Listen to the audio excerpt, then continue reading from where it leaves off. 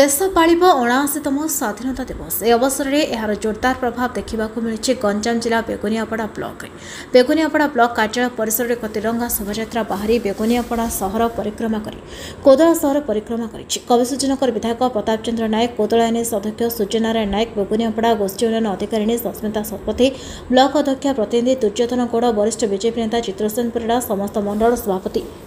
समस्त ब्लॉक कर्मचारी छात्र छात्री और बीजेपी नेता कर्मकर्ता माने एकाठी इस शोभायात्रा सामिल होते शह शह संख्यार मोटरसाइकेल शोभायात्रा बाहरी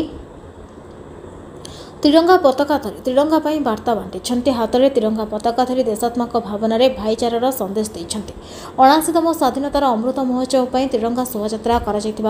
विधायक प्रताप चंद्र नायक तिरंगा आमर गौरव तिरंगा आमर अस्मिता तिरंगा आमर परिचय समस्ते निज निज घरे तिरंगा उठाई राष्ट्रपति आमर सम्मान जणाइबा एवं हर घर तिरंगा अभियान को सफल करने आह्वान देते विधायक एनएस अध्यक्ष। देखंतु देशर प्रधानमंत्री आह्वान क्रमे आज कमिशन निर्वाचन मंडली रे हर घर तिरंगा एवं तिरंगा यात्रा अनुष्ठित होता एथिरे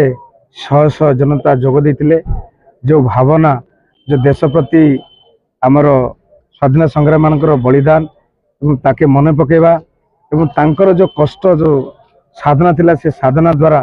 केमिति गोटे नागरिक तार अधिकार पाई परिबो ताको साब्यस्त करबा एवं प्रत्येक जनसाधारण मन रे देश प्रेम जागृत करबा एक नियार प्रक्रिया थिला याकू आमे समस्त मिलमिशी पालन करछु। निश्चित भाव एक सुदृढ़ देश को केमती आम देश को सुदृढ़ कर परिबु एवं राज्य को एवं सशक्त कर परिबु निश्चित भाव एक नियारा गोटे प्रक्रिया थिला एवं आमे समस्त मिलमिशी देश को आगो नबे आमे प्रयास निश्चित भाव करिबु। तो आज 14 तारिख अगस्त 14 आउ 79तम स्वाधीनता दिवस उपलक्षे यहाँ आम हर घर तिरंगा प्रोग्राम प्रधानमंत्री आह्वान क्रम है आम समस्ते आउ पूरा शह शह बाइक रैली आज सहित आम बेगुनाड़ा ब्लॉक रू बाहरिलु आ कोदला एनएसी परिग्रहण करी आम ए कल्याण मंडल आसीचु आउ आमर गोटे उद्देश्य अच्छी लोकम प्रति देशर जमती महान व्यक्ति माने बलिदान देते से आज आम करूँ आ सहित किमती आम स्वच्छता रखू आगु किमती देशात्मक बोधे आमर जो आर्मी मान को आम जो मझिरे मिशन सिंदूर है से आम भी आज रैलीटा भी करूँ आज सक्सेस रैली।